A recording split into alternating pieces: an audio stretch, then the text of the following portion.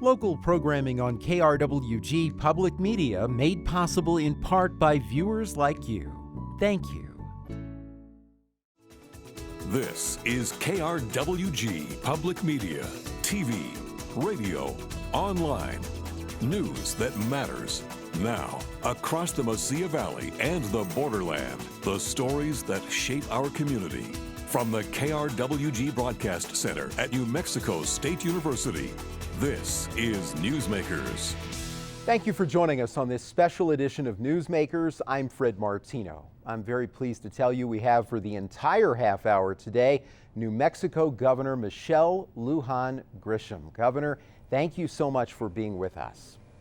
Oh, you're welcome, Fred. It's my pleasure, and I'm honored to be with you today. Well, we are honored to have you here, and I know this was an extremely busy day for you today in particular because you hosted a domestic terrorism summit. This was closed to the media due to security concerns. What can you tell us about the summit and the things that you were discussing to take proactive measures in the wake of the El Paso shooting? A couple of things. I am pleased that all of the different partners, law enforcement, policymakers, Homeland Security, right, all the groups that are responsible for public safety and are experts in this area, like the Anti-Defamation League. I mean, they spend a lot of time looking at domestic terrorism, the rise of white supremacy and hate groups. So we got a terrific briefing today. One was classified by the FBI, so only a few folks could be in that room. We had to have a security clearance. And then we had additional security briefings and then expertise from a number of groups with then kind of an action plan. And here are the quick takeaways. One, we're going to keep meeting. That seems like we're not ready to do anything, but that's wrong. This is clearly an effort that takes widespread participation to get it right. Two, general agreement that we have real threats in the country and they make their way right here to New Mexico. And as a border state, some of that extremism is finding itself here. Three, that we probably ought to look at kind of a statewide domestic terrorism unit of some kind that has analysts and folks who can provide information and data and investigatory support to law enforcement. And then the last thing, two last things, we don't share data still in this state very productively. It's a struggle for all states. I want New Mexico immediately to get it right. So whatever resources, whatever applications we need, whatever jurisdictional agreements need to be done, they will get done immediately so that that data is being shared appropriately among our first responders. And then we've got some work to do with our own criminal code so that we're defining domestic terrorism. We're very clear about what we do about enhancing our hate crime statute. And we want to balance that with everyone's civil rights. So looking at our human rights statute, I feel very good about where we're headed. And in fact, the legislature's already having interim hearings next week on this very topic and adding a list of things we discussed and learned about today to that agenda so that we're ready to go in the 30-day session. Well, speaking of the legislature, there were many gun safety advocates who were very pleased that the legislature expanded background checks in New Mexico this year. You supported that. The Associated Press reported this week that you say that there should be consideration as well to look at possibly background checks on gun sellers in addition to gun buyers. Tell me about that. So it's an idea that I received from some folks in law enforcement, and so it's not completely vetted, and I really appreciate the opportunity to provide that fact so that we're looking at it. But to close these loopholes, you sort of want to figure out who's engaged in the selling, where the firearms are coming from, make sure that we're limiting risk with buyers. And it's an idea that I think potentially has merit, and I want to look at it further.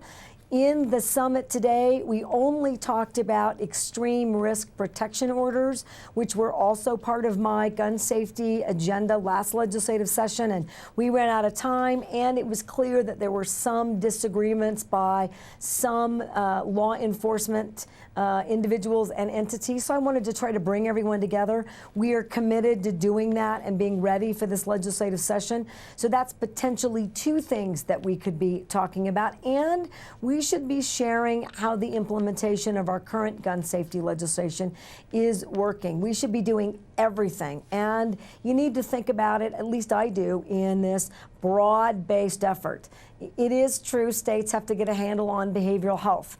To focus on just mental health issues means that you're not talking about all the other high-risk factors, including extremism. And what's going on for recruitment and online. So we're going to train our law enforcement folks. We're going to have this potential statewide domestic terrorism unit. We're going to do better in the schools. We're going to do better safety protocols. We're going to do more crisis intervention. We're going to do more data sharing. We want to do everything, and we're going to keep the conversation going about prudent, smart gun safety legislation, and we want New Mexico to be a leader. We want to protect responsible gun owners, and we want to make sure that the public is equally protected. I think New Mexico can get all of these strategies right and be a national leader, and that's important for a couple of reasons. One, it means that we're getting it right, and New Mexicans are safer, and we deserve that. And two, we can start testing out these models. It should be something that we're always actively engaged in. Public safety can't be a stagnant effort. It has to be a dynamic effort. And that's something we talked about today, because that doesn't happen often enough. Okay. Well, Governor, I want to move on now. I have a lot more issues to discuss with you, many specific issues. But for the first thing, I want to give you a chance to talk about successes that you've had. You've had about half of the first year on the job go by, and I want to get your input on things that you think are going really well, what you're most proud of. I'm happy you asked me that question, because there are, I think, no dearth of subjects about where New Mexico is doing very well. And I'm very proud of our achievements. If you just look at what's happening economically, we're about to make another very exciting economic announcement. What does that mean? It means that we're talking about careers and new jobs in our state.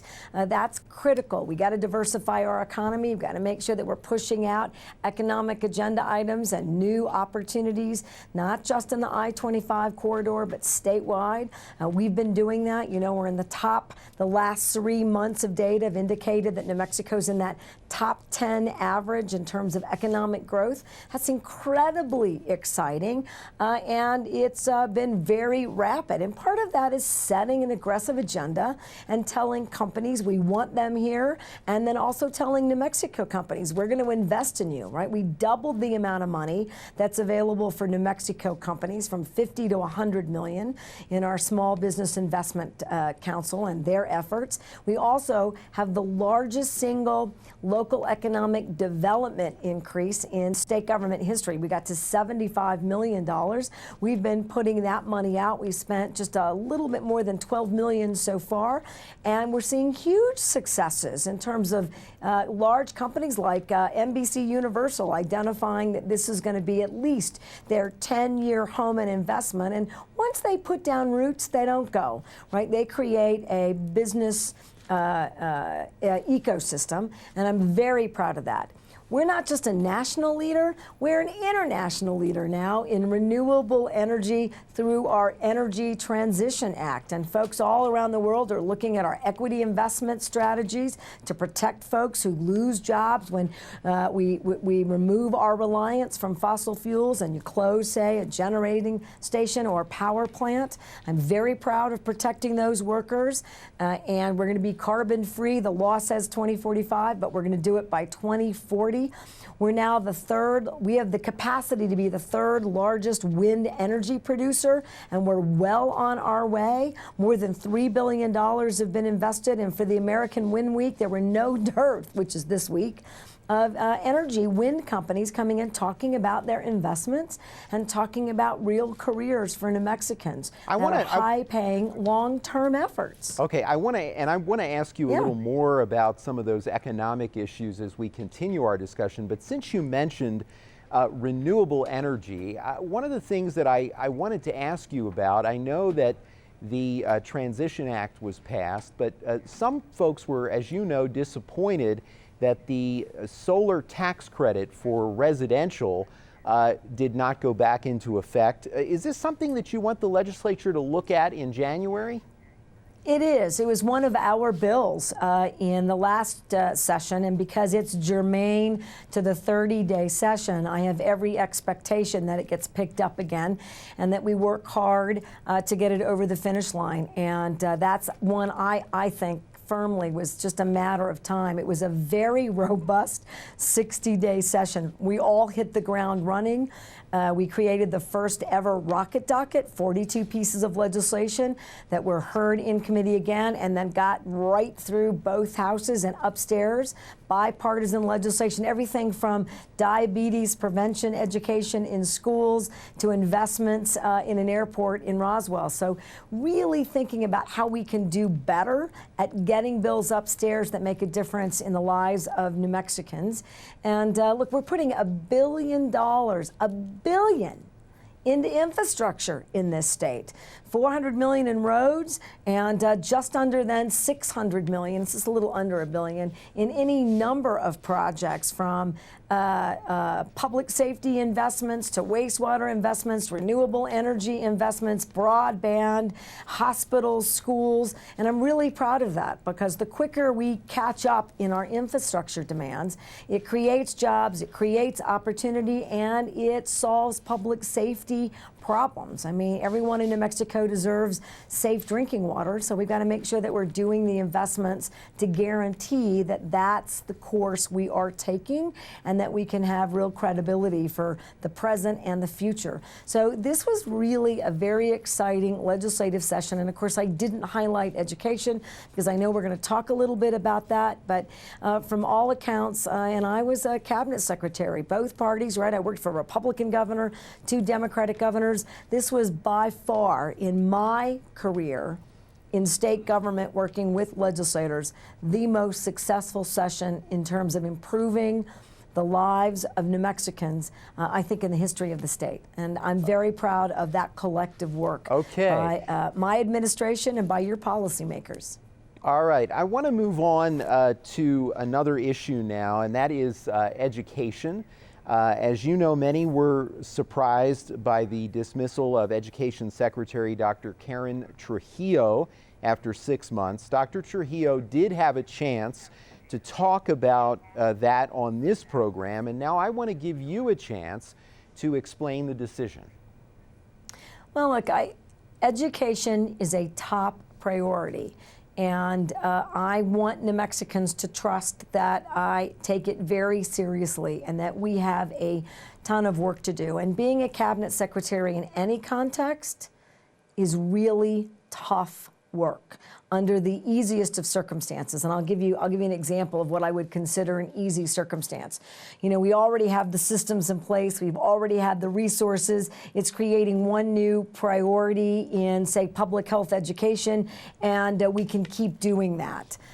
Education is not easy. We don't have universal pre-K. We have to build all new curriculums. We have a court order that tells us that we're not meeting our constitutional responsibility, particularly, right, to English language learners and to minority students and special education students. Our rural students are at risk. Any number of issues that we have not gotten right in this state. So huge pressures, and that given our educational outcomes, students and educators and parents no longer will tolerate either poor evaluation and accountability systems that suggest that we're 50th, or the fact that we've never done the front end investment so that, in fact, students don't get the right support to succeed in a way that is meaningful. So I have very high expectations.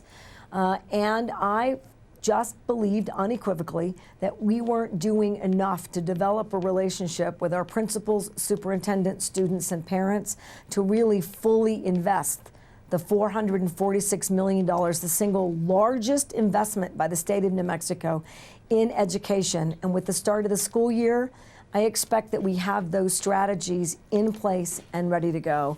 And so I made a decision that we needed to change in direction. And you turned a page this week. I want to move to your new Education Secretary designate. His name is Dr. Ryan Stewart, and I know that he has worked with an education nonprofit as well as with the Philadelphia School District. What made Dr. Stewart your choice?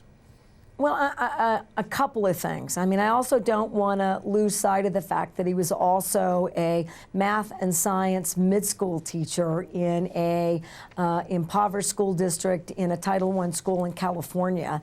And so he comes at the kind of struggles and issues that New Mexico is faced with by being in the classroom with just the students that we know are at risk, and we must turn the corner. So he's done all of that work, and he's engaged directly in innovation, right? Accountable strategies that make a difference, and training educators and doing professional development to do that. So that is something that we don't do enough of in New Mexico. You know, we have very limited professional development investments. So what does that mean? Does it mean that we don't have incredibly brilliant educators and principals? No, it means that we disincentivize their ability to garner that professional development. That's not disincentivized in Pennsylvania.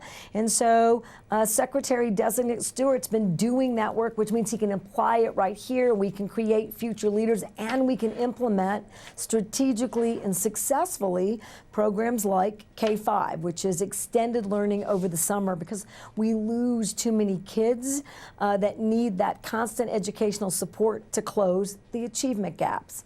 2, he came to us through any number of national organizations who identified Mr. Stewart as one of the leaders in their profession. So educators, superintendents, principals, innovators, nonprofits, everyone getting their arms around education said if New Mexico is serious about a candidate who really can make a difference, you should take a look at Ryan Stewart. I said 2, let me give you a third.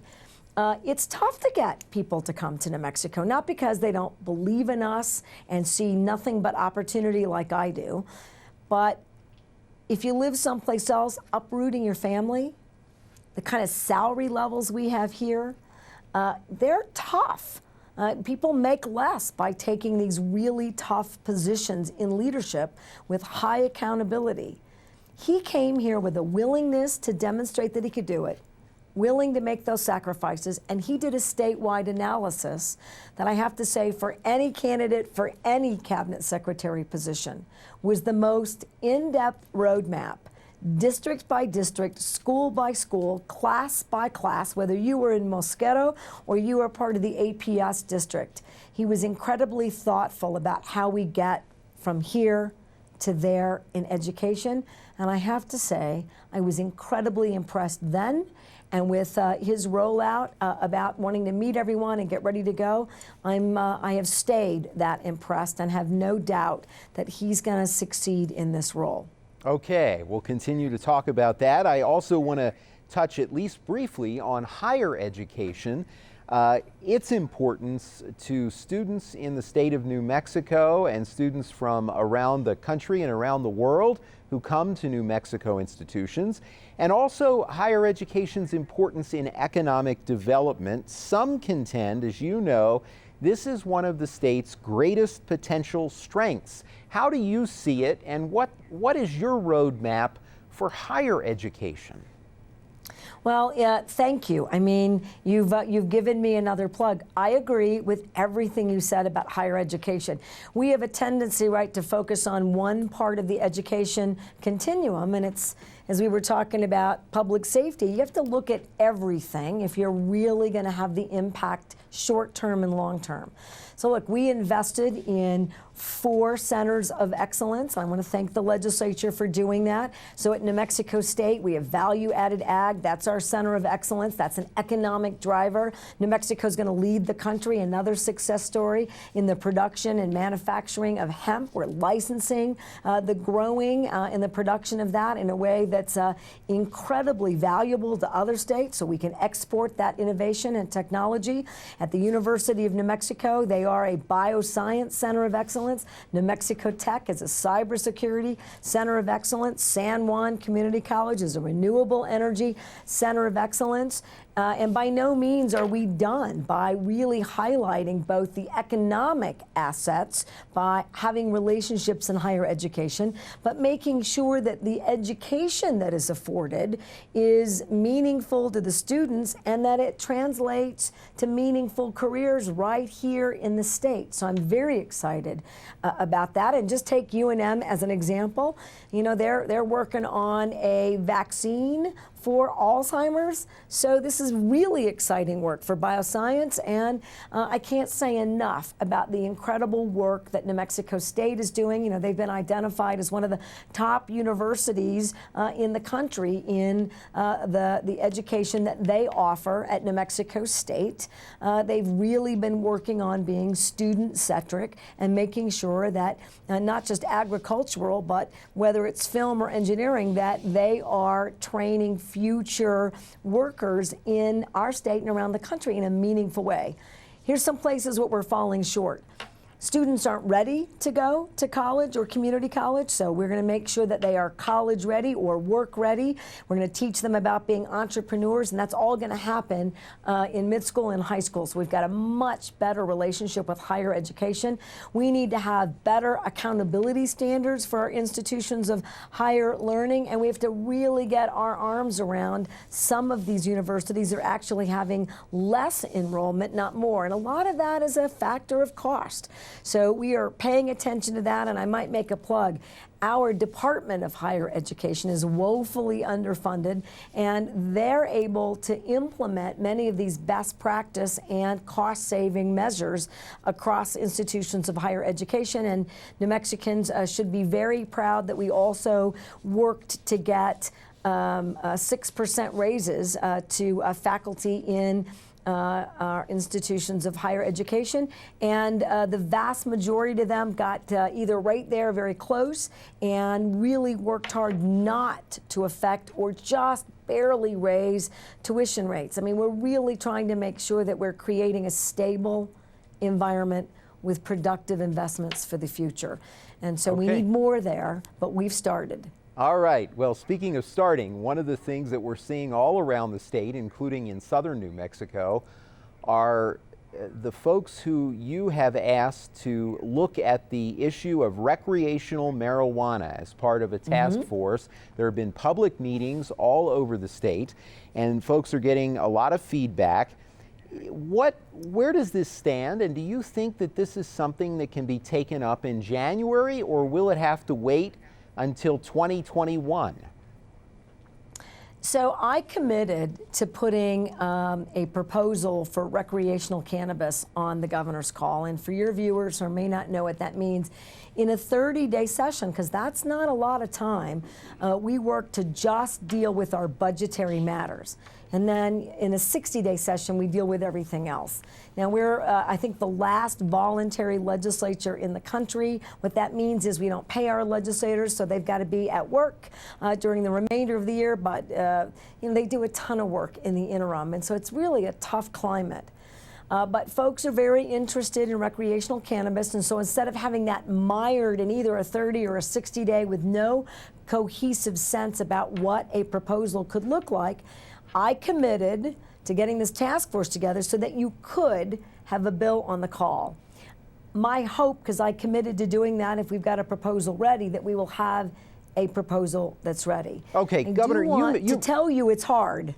It's hard. We know it's very hard. It's hard. It went through a lot of different revisions in the last session, and we didn't end up with anything. You may not want to answer this question, but I'm going to ask it anyway. All right. Would you prefer to have the legislature pass a bill giving voters a chance to have their say on this issue, or would you prefer that the legislature makes the decision? As you know, some folks say, look, give the people a chance, because this is not legal at the federal level, and so this would be a direct message from residents, from voters, to the federal government if New Mexicans were given a chance to vote. What do you think?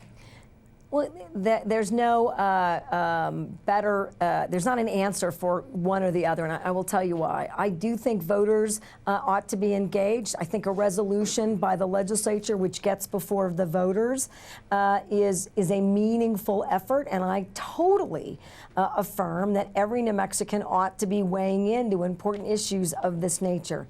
But it doesn't give you that legislation. So until you see what it is that we're debating, it's tough, isn't it, for even me? I'm immersed in this issue. What actually am I approving or signaling? And so I'm engaging this task force, and we're going to be providing, right, we're going to these town halls and going into your community. We want people to weigh in, because here's why this legislation, more than the federal prohibition, that is really complicated. It can, in large part, really erode medical cannabis efforts, making it even less affordable and less available to patients who need it.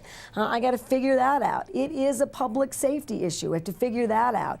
You have to know what can happen to a black market. You got to figure that out. You better be clear about prevention and intoxication while you're driving and in the workplace, and you can't test it like you can alcohol. And what does it mean for other laws like workers' compensation? And what do you do if you're a healthcare provider and you're off and you're engaged, you're having recreational cannabis, and there's a random drug test when you go back to work and it's still in your system? Are you automatically fired? Do you lose your license? So there are some really tough issues that have to be addressed, including prevention for underage individuals. So we got to protect our kids in our schools. And without the task force, you can't get to the meat of those issues. So whether you did a resolution for the voters to get it before the voters on the ballot or not, I want voters to engage with their policymakers in the short term. And if it gets before the voters, if that's what occurs, they'll be more educated about the benefits, the economic benefits, the mitigating of crime benefits, and the like. But they'll be knowledgeable about the risks, and that's important and valuable to me either way we approach this. You very well illustrated the complexity of the issue. We'll see where it goes in January. We hope we'll get a chance to talk with you after the session occurs next year, and we thank you for joining us today. Believe it or not, we're out of time. You've been incredibly patient with me, and I am very grateful for the opportunity to be on your program and to talk about where we are as a state and where we're going. And this job is an incredible opportunity. I'm lucky to be the governor of one of the best states in the country by far, because we're a state that knows how to get things done. Well, we are, and we enjoyed talking with you, and I know our viewers are very pleased that you had a chance to do this. Thank you very much, Governor. Have a great day. Thank you. You too. Thank you as well at home. For all of us at KRWG News, I'm Fred Martino. Have a great week.